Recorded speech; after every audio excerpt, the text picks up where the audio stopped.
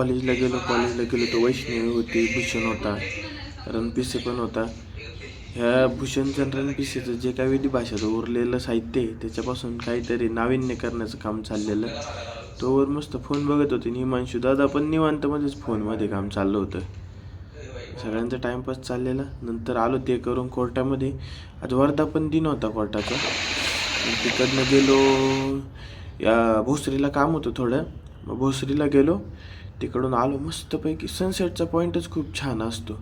तर युनिव्हर्सिटीमध्ये गेलो. युनिव्हर्सिटीमध्ये काय आहे, मेन म्हणजे भोपडी ते शिवाजीनगरचं ट्रॅफिक चुकवण्यासाठी आम्ही युनिव्हर्सिटी मार्गे जातो. म्हणजे कसं आहे, ट्रॅफिक लागत नाही.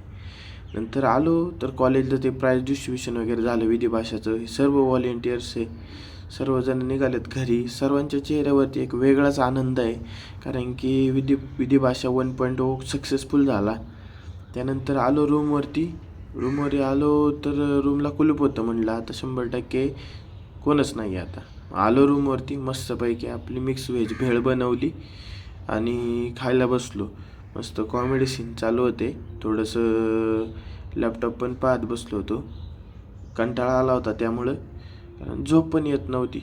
मग झोप यावं म्हणून मग मस्तपैकी गाणी दिली लावून आणि शांतपणे पडून राहिलो. म्हटलं येईल तेव्हा येईल झोप. मी पण झोपलो, तुम्ही पण झोपून घ्या.